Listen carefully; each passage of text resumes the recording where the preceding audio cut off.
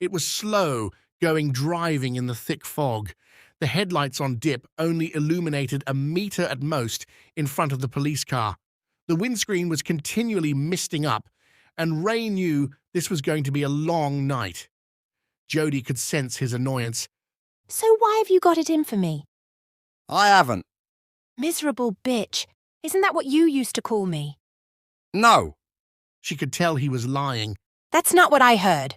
Stuck up by the book, bitch, is what I said. The rules are there for a reason, Ray. Ray eased the car round a bend in the road that was difficult enough to negotiate in clear weather. The onboard satellite navigation system flipped to no signal available. Jody tapped the screen. No point doing that. No signal means no signal. No shit! Jody spat back. So what fucking good is tapping the screen gonna do? Well, I am sorry. It was just an instinctive reaction. I've never known one of our car sat-navs to do that before. We're near that old American Air Force base. Always seem to have problems with our communication near that place. It was worse during the Cold War. Have you really been in the force that long? Ray gave a look of disdain. It's called dedication. It's called being a fucking dinosaur, Ray. Don't do that, please. Jody looked at the older copper quizzically. Do what? Swear, it's not ladylike. Sorry, mate, it's called equality. Maybe I'm not as stuck up as you think. Maybe not, but you're definitely a fucking bitch. Now, shouldn't swear in front of a lady. Ray looked at her and smiled. I wasn't. Jody let out a sarcastic laugh and looked at her police phone. There was no signal. What do we do if we need backup? What? You haven't got a signal on that either? No. Ray pulled the car into a lay-by the side of the road. He put the gears into neutral and kept the motor running. Checking his phone, he raised his eyebrows in the way that Ray did when things didn't make sense to him. That is odd. No signal either? Asked Jody. Ray shook his head and tried the car radio. Nothing, just white noise and static. He leant back into his seat, puffed out his cheeks, and rubbed his eyes. Driving in thick fog for any distance took a lot of concentration. The pair agreed to wait a few minutes to see if the signals came back and to give Ray a rest. Jody didn't bother to offer to drive. She thought it better not to wind the miserable old git up anymore. She couldn't abide any form of sexism and was usually a very vocal advocate of equality between the sexes, but she was tired and she did not want to give the grumpy sod any more reason to think she was a stickler for protocol, even though she was. How's Greg? She said, changing the subject. Don't see him much these days. Is he happy? As far as I know. I thought you and him were best mates. Ray grinned smugly. He's a busy man since he got married. Thanks for that. Sorry. Ray could not resist the opportunity to twist the knife. I thought you'd be over him by now. Jody was really pissed off now, but tried to hide it as she looked out into the fog-shrouded road. Fuck you. Ray could not hold back the beaming smile of satisfaction. You brought the subject up. She ignored him. Should have treated him better then, shouldn't you? He continued rubbing her nose in it. Fuck you. She's a really lovely girl as well. Fuck off, Ray. You brought the subject up. Jody looked at Ray. She had just put 2 and 2 together. Of course you and her used to work together, did you not?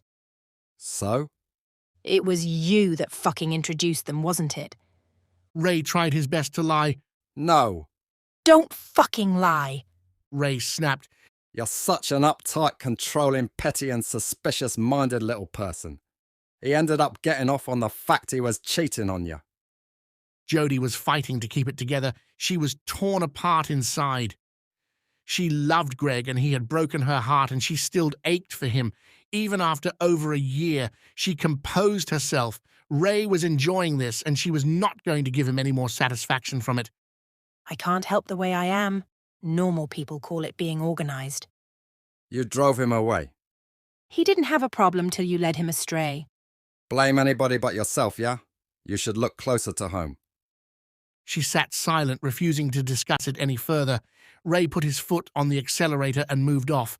Fact is, you'll just have to learn there are some things in life you can't control. Jody let out a little snort of disbelief. Fuck's sake, it's the world according to Ray, and I've got a front row ticket. What a lucky girl I am. Guess we both hit jackpot tonight. Tony was leaning on the counter reading the newspaper. Wayne was standing customer side chomping on a bar of chocolate. The rest of the shop was empty. Busy tonight, Tony, Wayne said with his mouth full. Just the way I like it, Wayne. The silence was broken by the blare of Wayne's ringtone on his mobile phone. He fumbled it out of his pocket in haste and pressed the answer button. Hello, Dad. Tony could hear the faint sound of George's voice from Wayne's high volume setting on his phone. George's voice sounded very distressed. Wayne, you're a good boy. Wayne was confused and worried. Tony sensed Wayne was becoming very anxious and something was very wrong. Are you okay, Dad? Wayne stuttered. Tony made his way round the counter. Wayne was becoming more agitated by the second. Dad, what's wrong? What's wrong, Dad? George's voice on the other end of the phone was beginning to break up. I love you, Wayne. The rest of his sentence became unintelligible. Dad, Dad. Wayne pleaded down the phone. Tony reached for the phone. Okay, Wayne, give me the phone. Let me find out what's happening. I've loved every day with you, Wayne. George's voice was breaking up in signal and emotionally. Wayne handed the phone to Tony in a state of panic. What's happened, Tony? Tony, what's happened? Without warning the power, lights and Wayne's mobile signal clicked off as one. The emergency light at the end of the shop instinctively snapped on, illuminating the shop in a dim yellow glow. What's happened, Tony?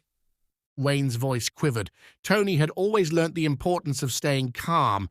Ever since his national service days, he knew how infectious and dangerous panic could be. He put a hand on Wayne's shoulder to try and calm him.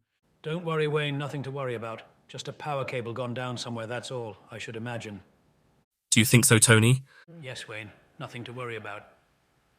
On the grounds of an old mansion stood a row of terraced, sheltered houses which were part of the bigger care home compound. A young man, Aaron Holmes, emerged from the end house and jogged towards the huge, imposing main house. The grounds were covered by the thick fog, and Aaron mused to himself how he had never seen it this bad for ages and only narrowly missed walking into a metal post used to stop misuse of the car park. At 27 years of age, single and still living at home with his mum in Norwich, he may have seemed a little over-keen to answer Keely's call for assistance over the internal site's phone system, but that was possibly because he fancied the arse off her and knew she was awaiting a divorce from her estranged husband, Javier. As he entered the main house reception area, Keely was waiting. She had been a little panicky after her phone call from Lauren, but once she found out Aaron was working, an idea sprang into her overactive mind. To be fair, she knew she could wrap the poor boy round her little finger, and in her current state of anxiety, she was going to use his eagerness to get in her knickers to her advantage. What's up, Keels? He said, trying to warm his hands up. I can't be long, I'm on 1-to-1 at the moment. Sorry, Aaron, mate, I'm just a bit worried. No worries, Keels. Since the power went off and the phones went down, I haven't been able to contact my daughter.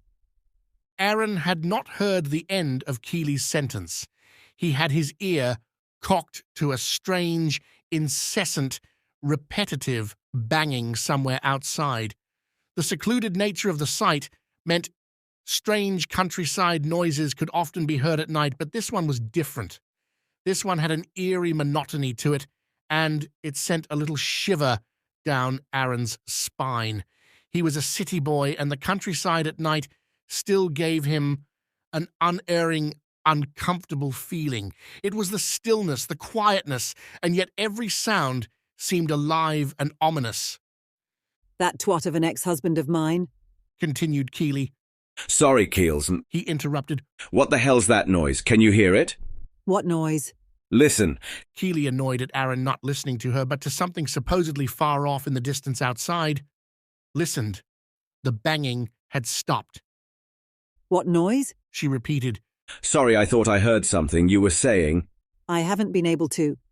Aaron stopped her. Mid-sentence, she was starting to get more than a little annoyed. Hear that? The incessant, ominous banging had started again. Aaron here, War. She stopped. She could hear it.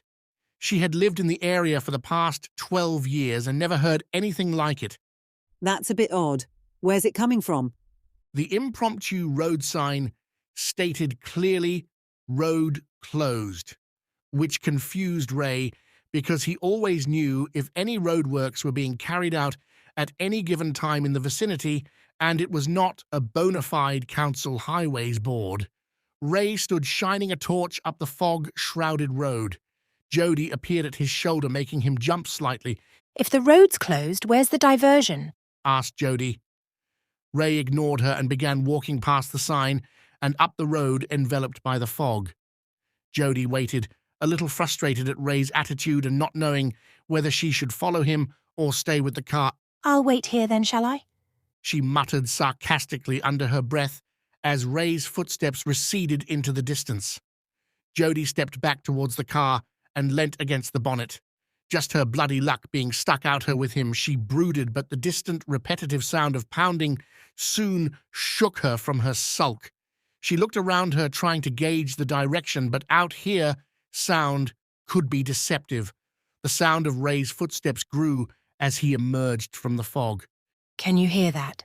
Said Jody. Ray stopped to listen for a moment and then opened the car door. Look, are you going to be an arsehole all night? Get in the car. Where are we going? Ray got in the car without another word. Jody sighed and shook her head. What an arsehole, she mused, as she did likewise.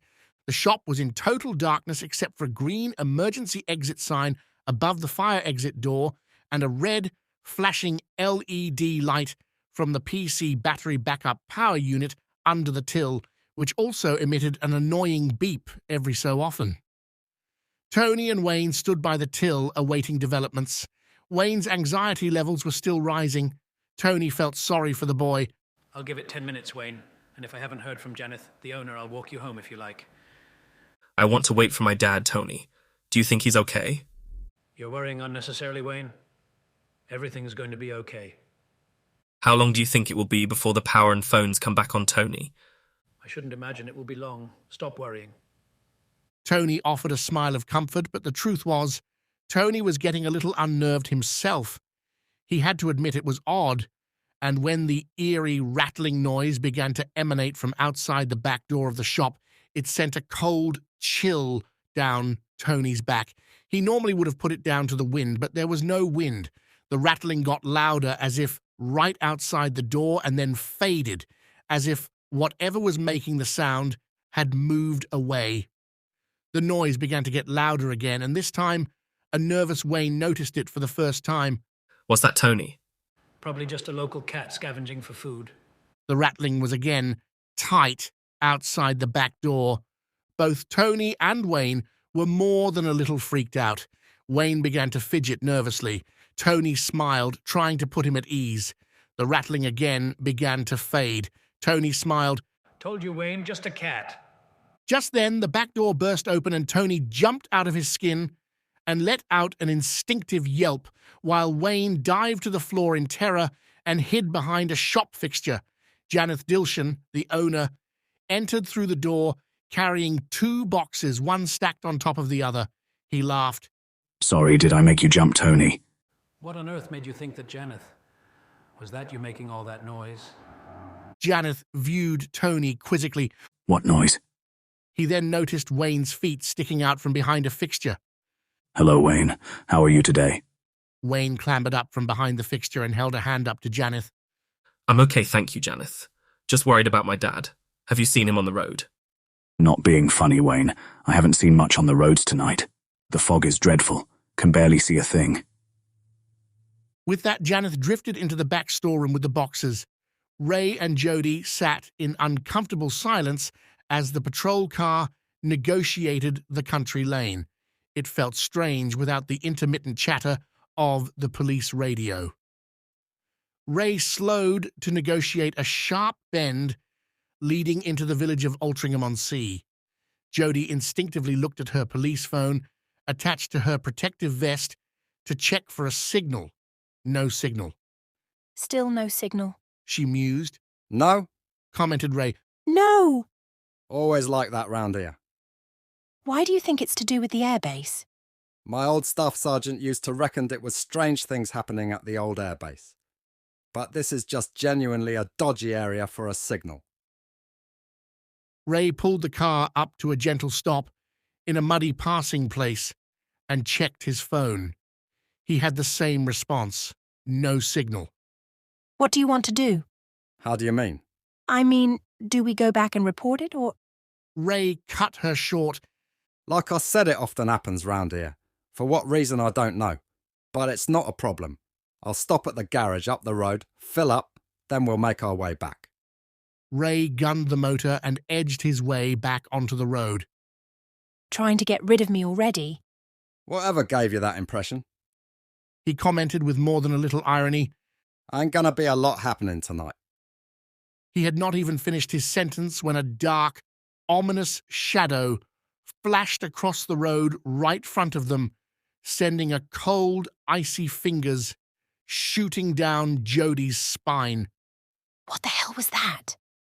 She gasped impulsively, grabbed Ray's arm, causing him to lose temporary control of the car as it veered into the hedgerow bordering the road and narrowly missing the fleeting form.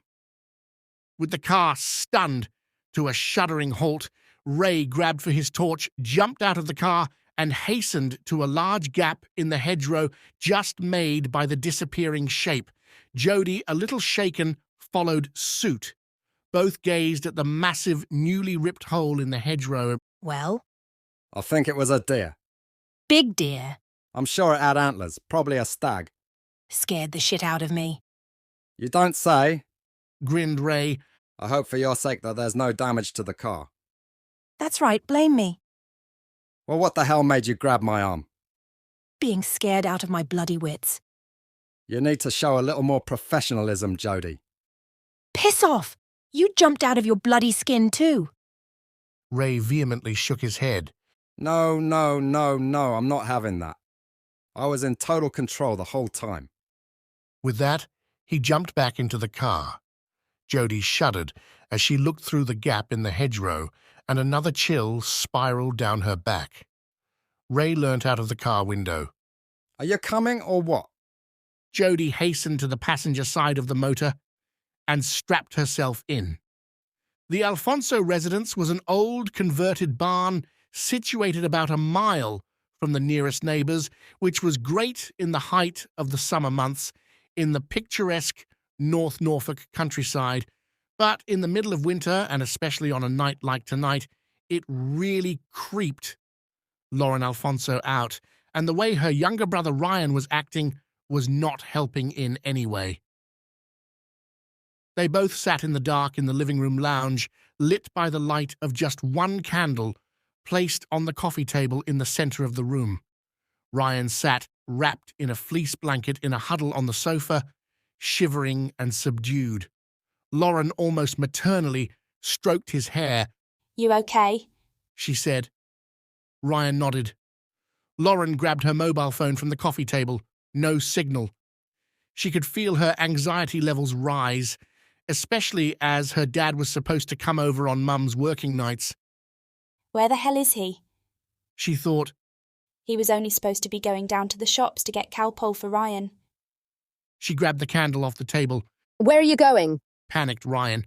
Don't worry. Just to the kitchen. I'll be right back. Lauren entered the kitchen, put the candle on one of the work surfaces, and peered through the kitchen window. Visibility was negligible, and there were no signs or sounds of any cars. She picked up the candle and returned to the living room.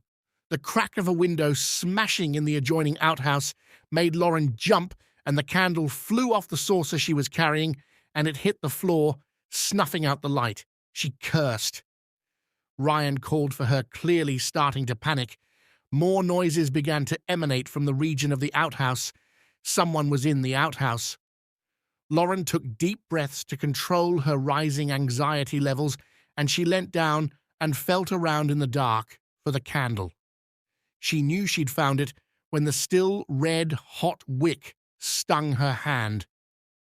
She picked the candle up and hurried back into the living room where Ryan was standing behind the sofa, shaking and hopping from one foot to the other. His anxiety levels were rocketing. Can we go, Lauren? Can we please go? He uttered sheer terror etched on his face. What on earth is wrong with you, Ryan? It's probably Dad just messing about. She didn't believe that either, but she had to say something. She listened nervously as something in the outhouse crashed to the floor. Ryan ducked behind the sofa. Let's go, Lauren. Go where, Ryan? Lighting the candle, Lauren edged her way to the living room doorway and fixed her gaze on the outhouse doorway at the end of the hallway. Never mind Ryan shaking. She was beginning to shake herself. The candle flickered fired, eerie shadows along the hallway as she listened and watched the outhouse door rattle in its frame. Please, Lauren, let's go. Ryan whispered from behind the sofa. Go where, Ryan? Lauren whispered back. She looked back at Ryan as he cowered behind the sofa. There was another loud crash from inside the outhouse. Lauren jerked involuntarily, and she put out the candle flame and hastily joined Ryan behind the sofa. They both listened intently as the door adjoining the outhouse and the hallway slowly began to open. Please, let's go, Lauren. Ryan whispered again. Lauren put her hand over Ryan's mouth as footsteps began to filter into the hallway from the outhouse. Even though the living room was in complete darkness, Lauren's eyes had begun to adjust, and she could just make out a figure entering the living room, quickly followed by another. Lauren sparked a match and relit the candle, illuminating the room with a faint orange glow, just enough to uncover the figures now in the corner of the room. The unexpected snap of the match and the flare of flame caught the new arrivals by surprise, which was evident by the bemused look on their faces. Casper Lomax, age 20, and Dominic Lomax, age 28, were two rough and ready boys who lived on the edge of the local village and had a reputation for skullduggery. They were also Oscar's older brothers. Ryan curled into a ball and stayed hidden behind the sofa. Casper knew he'd been caught bang to rights, but he had used his winning smile to get him off the hook on many occasions. Hello, Lauren. Are you all right, gal? Hello, Casper. We just thought we'd pop round and see if you were okay, what with the power going off and such. Piss off, Casper. You didn't think anyone was in, so you thought you'd break in and nick some stuff. Casper grinned, but Dominic thought aggressive denial was the best form of defense. No, Casper's right. We were just checking on you. And why would you do that? She never had liked Dominic. He was always a bully. There's no cars in the drive and no lights on, so why do you think anyone was in? Casper grinned at the frowning Dominic, just as Ken Lomax, the brother's father, entered the room. What you got, boys? It was just then he noticed Lauren, and his face dropped. Oh, hello, Lauren. He stuttered for an excuse. We just thought we'd pop round and ask if you'd seen Oscar tonight. Well, make your minds up, said Lauren. And there was me thinking you were just taking advantage of the conditions. You know us, gal, Lauren. Dominic challenged. Yes, you're bloody right, I do. It's not as if you can call the police, is it, Lauren? Lauren let down her guard. Yeah, why is that? Why are none of the phones working?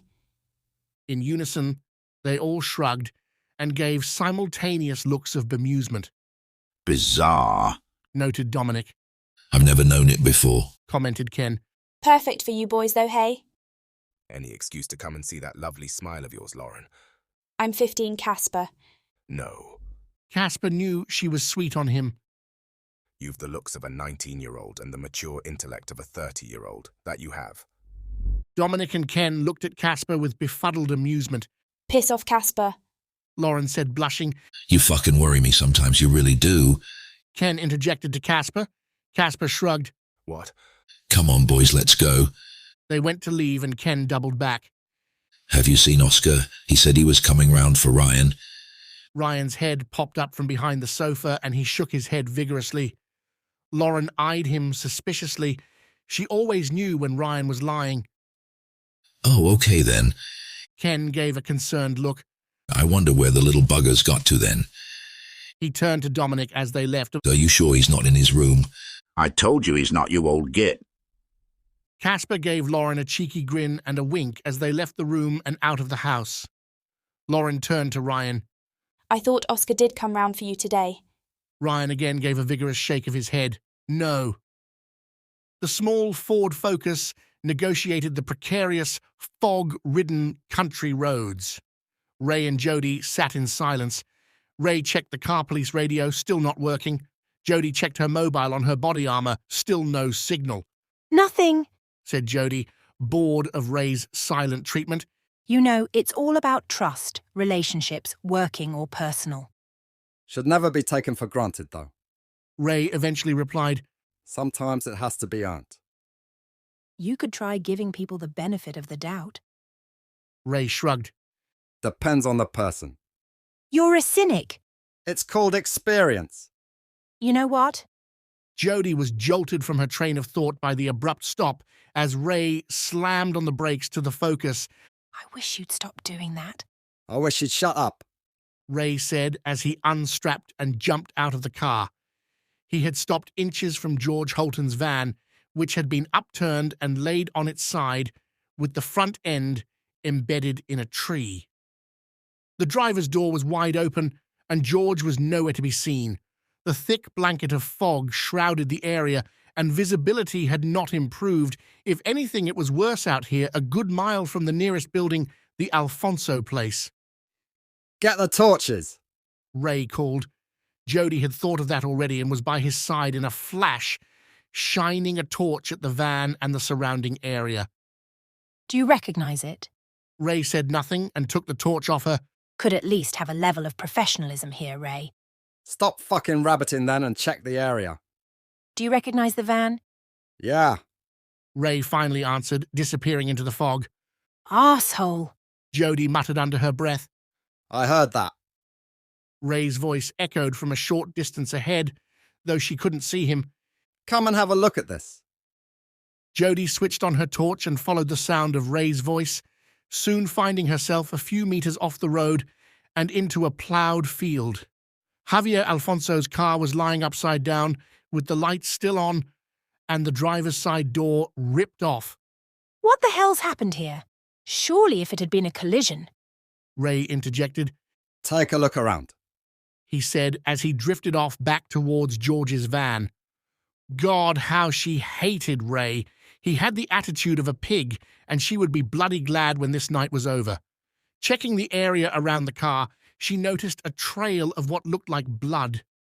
She followed the trail for a few paces and shone the torch ahead of her to try and see where, if anywhere, it led to. Ray browsed over the wreckage of the car. It had swerved off the road and onto the ploughed field, but why? To avoid something? Possibly. Because Javier was over the alcohol limit? Unlikely. He shone his torch on the gap where the driver's door used to be. It looked as if it had been ripped off. Maybe Javier had kicked it open and, in the process, knocked it off its hinges. This was highly improbable, but how else could it have happened? He sighed, just as Jody yelped in pain off somewhere in the fog. Ray used her cursing as a guide and soon found her on her backside in the ploughed mud, nursing her ankle. She had found, by complete accident, the missing car door and had twisted her ankle in the process. Good girl. Ray ignored her pain. I wondered what had happened to the door. Jody, her trousers covered in mud, gingerly picked herself off the floor. That's okay, don't worry, I'll be all right, she said ironically. Ray ignored her quip and shone his torch on two huge holes on the outside of the door. Would the truck have made those holes when it hit the car? Said Jody. Ray shook his head. Doesn't look like the car's been hit by the truck. So why's it over here? Ray shrugged. How'd the car door get over here? Ray shrugged again. Good police work, Ray, said Jody sarcastically. You're a copper just the same as me, PC Loxley, and right now you know just as much as I do, so you tell me. Jody shrugged. See? Ray nodded. That's exactly what I thought. There's a trail of blood. Maybe the driver was badly injured. kicked the door off and crawled away. Take a lot of force to kick a car door off, and the door looks like it was pulled off, not pushed. Look at these holes. Ray shone his torch on the 2 holes. It sent a cold tingle right down Jodi's spine. Should we call this in? She said. Ray looked at his lapel radiophone. How? There's no signal, remember. You drive in and report it, and I stay here. Where's the trail of blood? Jodi shone her torch in the direction of the trail. Ray picked up the trail of spilled blood and followed it. Jodi quickly fell in behind him. She was a little spooked. They followed the blood splashes for about 10 to 15 yards when they suddenly stopped.